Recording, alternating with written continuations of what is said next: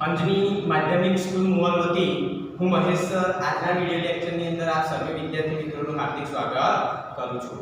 વિદ્યાર્થી મિત્રો, ગયા વિડિયો લેક્ચરની અંદર આપણે ધોરણ 10 ની અંદર વ્યાકરણ એકમ 1 ની અંદર જોડણી જે ટોપિક છે એને પૂર્ણ કર્યો, બરાબર છે। તમે વિડિયો નિહાળ્યા હશે અને જોડણીનો અભ્યાસ પણ કર્યો હશે।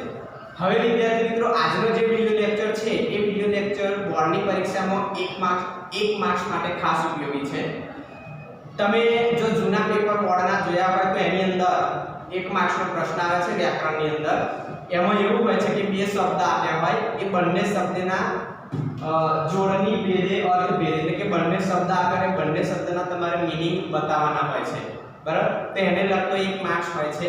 તો એ 1 માર્ક્સને પ્રાપ્ત કરવા માટેનો ખાસ આજે આપણે વિડિયો બનાવ્યો છે। તો ચાલો શરૂ કરીએ આજનો વિડિયો લેક્ચર। વિદ્યાર્થી મિત્રો, ધોરણ 10 વિષય ગુજરાતી, વિષય વ્યાકરણ એકમ 1 એમાં જોડણી, બરાબર। આ જોડણીને આપણે આગળ 5 ભાગની અંદર અભ્યાસ કર્યો। આજનો આપણો ભાગ નંબર 6 એ છે જોડણી ભેદે અર્થ ભેદ। એટલે વિદ્યાર્થી મિત્રો, બંને શબ્દો એક જ પ્રકારના આપણને દેખાતા હોય, એક જ પ્રકારના લાગતા હોય, પરંતુ જેનો મીનિંગ છે, એ અર્થ છે, એ અલગ હોય છે। બોર્ડની પરીક્ષાની અંદર તમને આ 1 માર્ક્સનો પ્રશ્ન પૂછાય છે, બે શબ્દ આપ્યા છે, બંને શબ્દના અર્થ જણાવવાના હશે, તો એને લગતો પ્રશ્ન પૂછાય છે, બરાબર। તો ચાલો જોઈ લઈએ કે કઈ રીતનો એ પ્રશ્ન હશે। જો વિદ્યાર્થી મિત્રો, અહીંયા અકસ્માત ખોડો છે અને અહીંયા અકસ્માત છે, બરાબર। પરીક્ષાની અંદર તમને પ્રશ્ન આપ્યો હશે કે નીચે આપેલા શબ્દોના અર્થ ભેદ જણાવો। શબ્દ આ રીતે હશે, અકસ્માત અને અકસ્માત। તમારે શું કરવાનું? અકસ્માત ડેશ કરીને એનો જે મીનિંગ હોય તે લખવાનું અને અકસ્માત ડેશ કરીને એનો જે મીનિંગ હોય તે લખવાનું અને 1 માર્ક્સ પ્રાપ્ત કરવાનું છે। એટલે જો અકસ્માત ખોડો હોય તો એનો અર્થ થશે એકાએક અણધાર્યો।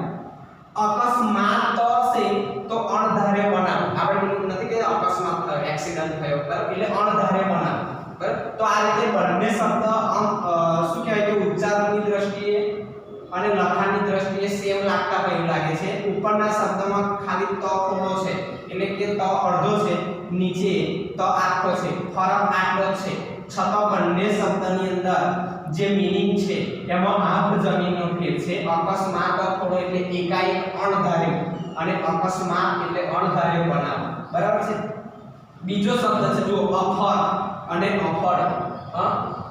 મારું વચન અફર છે, અફર એટલે અચલ, નિશ્ચલ, ડગે નહીં તેવું, અને અફળ એટલે નિષ્ફળ।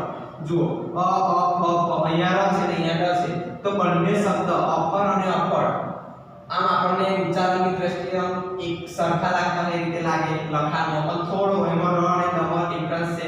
તો અફર શબ્દ જ્યારે હોય ત્યારે એનો મીનિંગ થાય અચલ, નિશ્ચલ, ડગે નહીં તેવું, બરાબર ને। અને અફળ હોય તો એ નિષ્ફળ શબ્દ એનો મીનિંગ થાય। પછી અભિનય, અભિનય એટલે અદાકારી કરવી તે, અને અભિનય એટલે તદ્દન નવ। જો બંને શબ્દની અંદર આ રીતનો ડિફરન્સ છે। પછી અસ્ત્ર અને શસ્ત્ર।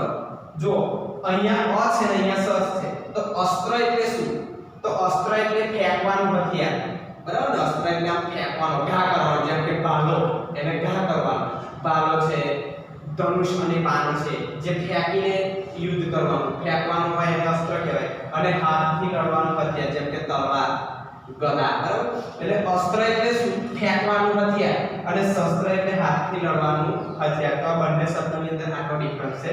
પછી આકડું અને આકડું, બરાબર, નથી કહેતા કે આ તો બહુ આકડું, બરાબર। આપણે વાતમાં કોઈ ગુસ્સે થયો હોય તો આપણે આ તો બહુ આકડું, બરાબર, પણ તમે આપણે ત્યાં આકડું શબ્દ બોલીએ છીએ ને તે બહુ મોટી ભૂલ કરીએ છીએ, બરાબર। આકડું એટલે શું થાય? જો આકડું એટલે કઠણ થાય, જે સખત હોય, મજબૂત, બહુ જ આકડું, બરાબર। બહુ આકડું એટલે કઠણ થાય, સખત થાય।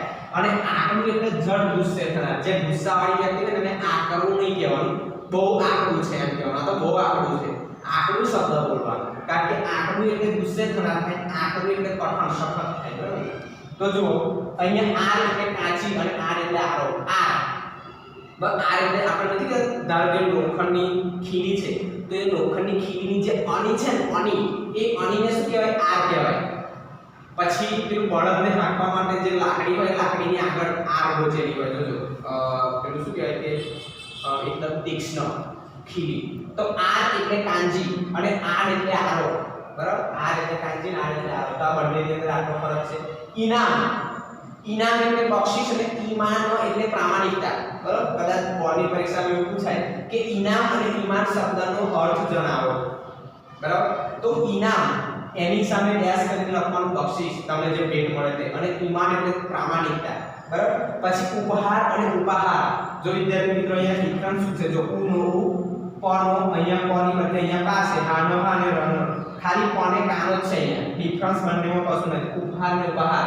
બોલવાની અંદર જો મિસ્ટેક થઈ જાય તો પણ અર્થ બદલાઈ જાય લખવાની અંદર મિસ્ટેક થઈ જાય તો પણ બરાબર કદાચ આપણે ઉપહાર શબ્દ કે ચાલો ઉપહાર કરવા માટે આપણે કોઈ નાસ્તો કરવા બોલાવતા હોય એવું બોલે કે ચાલો ઉપહાર કરવા માટે તો ઉપહાર એટલે ભેટ થાય તો વાક્યનો મીનિંગ શું થાય કે ચાલો ભેટ કરવા માટે કરવા જવાનું હોય નાસ્તો અને થઈ જાય ભેટ બરાબર એટલે ખાસ ધ્યાન રાખજો ઉપહાર એટલે ભેટ થશે અને ઉપાહાર એટલે નાસ્તો થશે બરાબર તો જોડણીની અંદર વિદ્યાર્થી મિત્રો આટલા ભેદ છે જોડણીની અંદર આટલા ભેદ છે બોર્ડની પરીક્ષામાં આ જ પૂછાશે એવું તમને કન્ફર્મ નથી કહેતો પણ આ રીતે તમારે બે શબ્દ સરખા હોય એટલે મતલબમાં સામાન્ય ફેરફાર હોય બંનેના મીનિંગ અલગ થતા હોય એવા જોડણી ભેદ અર્થ ભેદ એક માર્ક્સનું પૂછાય છે આ તો તમને ઉદાહરણ માટે અહીંયા થોડા સમજાવવાનો પ્રયત્ન કરું છું બરાબર તો જો અહીંયા કઠોર કઠોર એટલે કઠણ નિર્દય કઠોર એટલે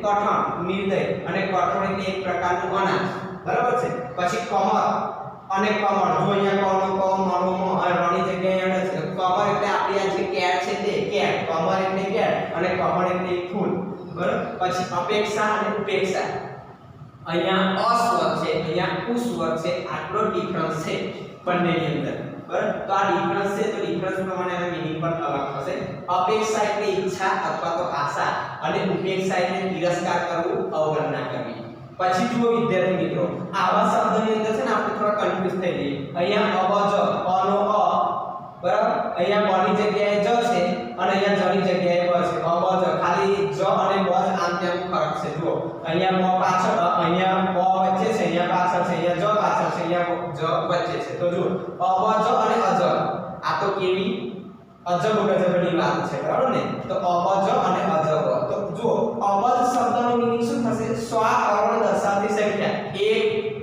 અબજ રૂપિયા 1 અબજ રૂપિયા એટલે 100 કરોડની સંખ્યા હવે તમે 1 અબજની એવું બોલો કે 1 અજબ રૂપિયા તો અજબનો થઈ જાય તો આશ્ચર્યકારક તો 1 આશ્ચર્યકારક રૂપિયા મીનિંગ બદલાઈ જશે બરાબર એટલે જુઓ અબજ એટલે 100 કરોડ દર્શાવતી સંખ્યા અને અજબ એટલે આશ્ચર્યજનક પર આશ્ચર્યકારક અજબની વાત છે વાંચે જો અલી હવે આમાં છે ને વિદ્યાર્થી મિત્રો જુઓ અલી લની અંદર હસવઈ છે અહીંયા જે લી છે એમાં દીર્ઘઈ છે ડિફરન્સ ખાલી ઈ નો છે દીર્ઘઈ અને હસવઈ ઉચ્ચાર સેમ થશે જુઓ અલી અલી ઉચ્ચારણ કેવું છે અલી અલી હા આ લી ઉપર થોડો ભાર આવશે દીર્ઘઈ છે એટલે અલી અલી હસવઈ અને દીર્ઘઈ નો ડિફરન્સ છે ડિફરન્સ છે તો મીનિંગ પણ અલગ થશે જો અહીંયા અલી એટલે બમરો થાય બમરાને સંસ્કૃતમાં શું કહેવાય છે અલી અલી એટલે બમરો અને આ અલી એટલે આપણે સખીને સંબોધન કરીએ ને વિદ્યાર્થીઓ જ્યારે પોતાની ફ્રેન્ડને બોલાવે તો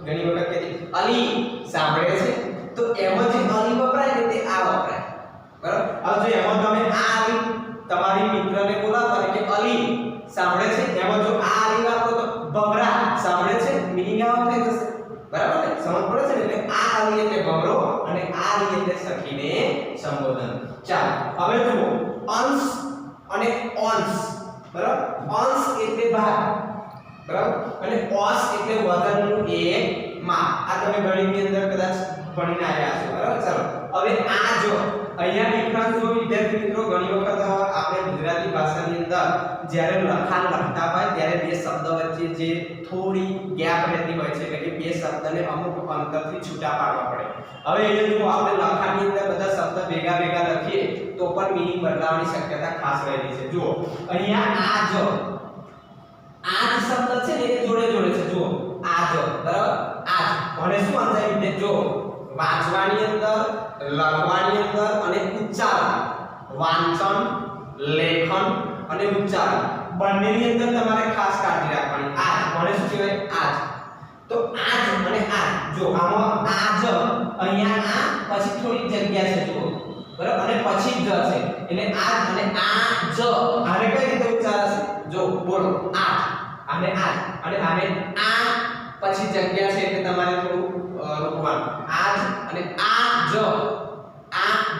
ઉપર તમારે શું મૂકવાનું બાર મૂકવાનું તો જુઓ હવે આજ છે એટલે આજે ક્યારે જવાના આજ જવાના છે આજ તો જ્યારે તમે આજ બોલો ને તો આજે થાય અને આ જો એમ બોલો તો આ એટલે આ અને આ જ શું છે નિપાત બતાવે છે નિપાત આ જ ચોક્કસ કરવા માટે બીજું કોઈ નહીં એટલે આટલો ડિફરન્સ છે બરાબર ધ્યાન રાખજો ત્યાર પછી જો આરસ અને આળસ આનો આ રની જગ્યાએ ડ થઈ ગયો રની જગ્યાએ ર થઈ સનો સ આરસ અને આળસ આ બંનેમાં ડિફરન્સ છે જુઓ આરસ એટલે સંજ્ઞે મર્મર પથ્થર પેલા વ્હાઇટ કલર ના આવે સંજ્ઞે મર્મર આરસ પાનના પથ્થર આપણે કહીએ તો આરસ એટલે સંજ્ઞે મર્મર બરાબર એ પથ્થર અને આળસ એટલે સુસ્તી હવે તમે આળસની જગ્યાએ આળસ કહો કે અમે અમારા ઘરની અંદર આળસના પથ્થર નાખ્યા છે હવે આ આળસ રની જગ્યાએ ડ કર દો તો એનો મતલબ શું થઈ જાય કે અમે અમારા ઘરની અંદર સુસ્તીના પથ્થર નાખ્યા છે વાક્યમાં તમે ભૂલ કરશો એટલે તરત મીનિંગ બદલાઈ જશે બરાબર એટલે આળસ એટલે સંજ્ઞે મર્મર પથ્થર અને આળસ એટલે સુસ્તી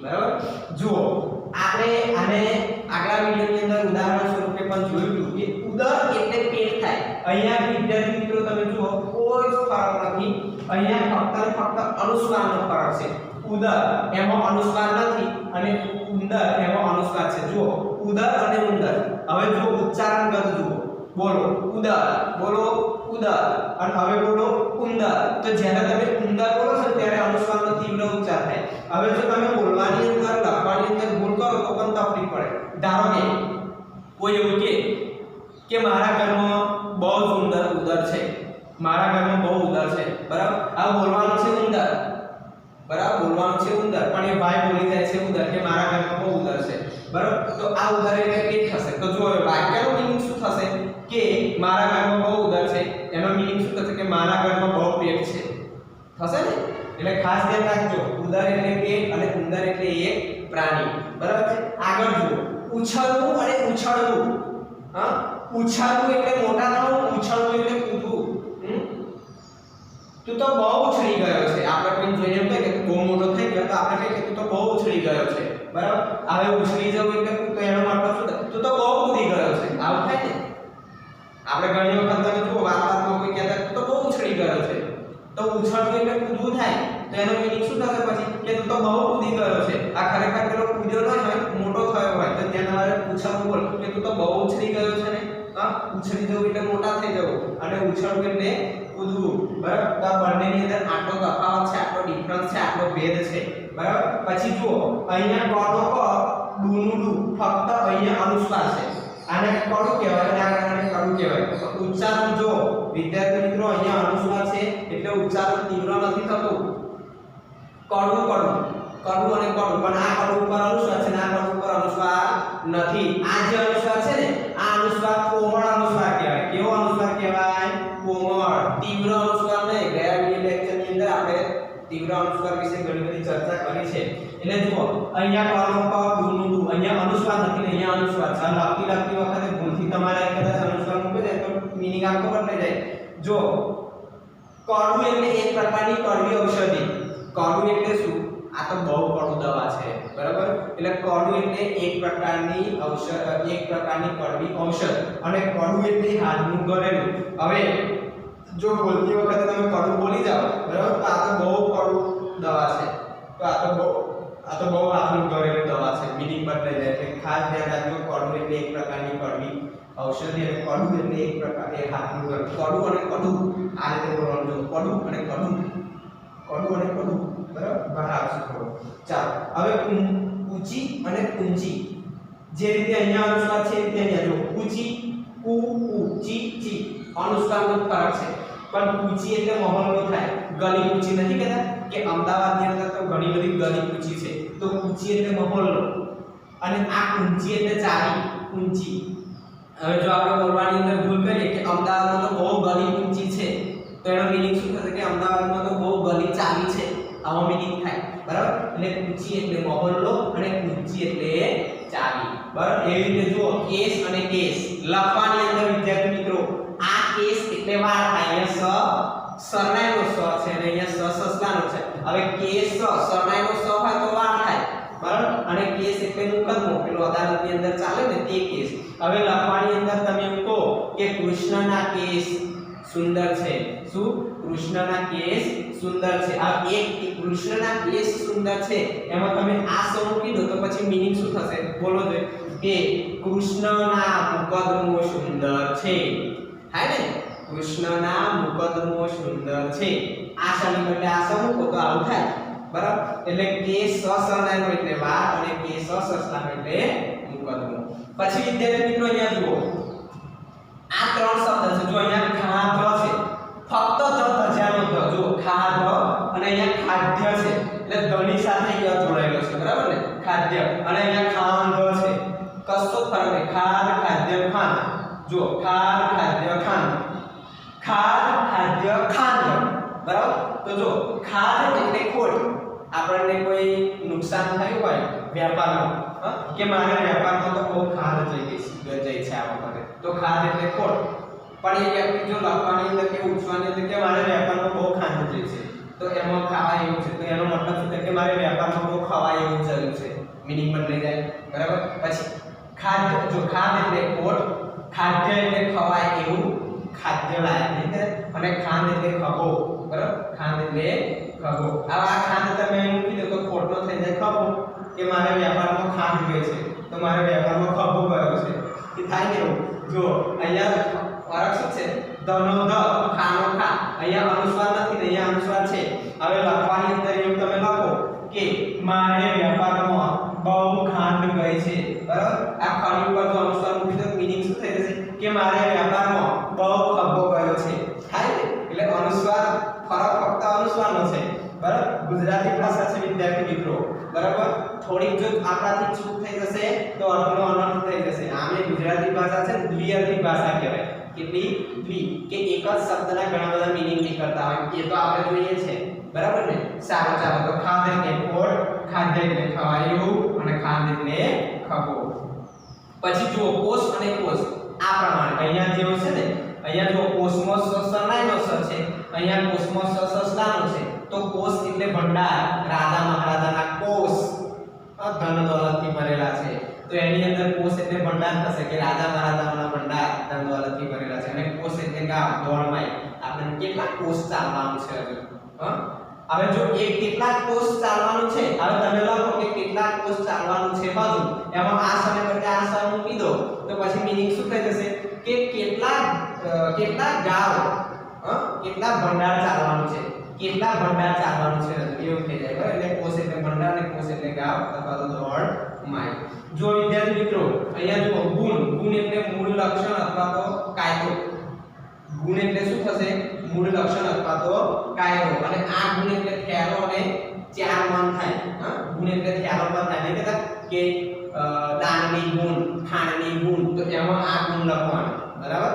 આ ગુણ નહીં લખવાનું, બરાબર? એ રીતે વિદ્યાર્થી મિત્રો જુઓ વધુ અને વધુ આ બંનેમાં પણ ફરક છે. આ વધુ એટલે નવી પરણેલી સ્ત્રી, બરાબર ને?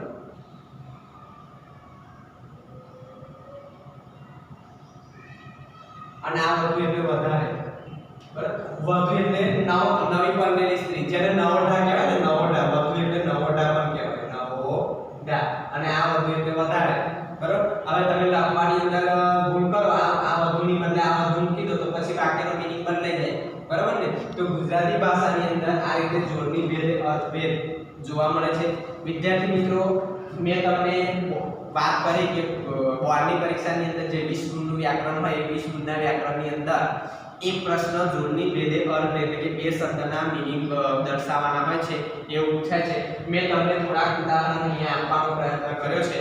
હવે આ સિવાયના બીજા શબ્દો પણ તમે તમારી સાથે તમારી જાતે જોઈ શકો છો અને એના ઉચ્ચારણ અને અર્થ જોઈ શકો છો, બરાબર? તો વિદ્યાર્થી મિત્રો આજનો વિડિયો લેક્ચર બસ આપણે અહીંયા સુધી રાખીએ છીએ.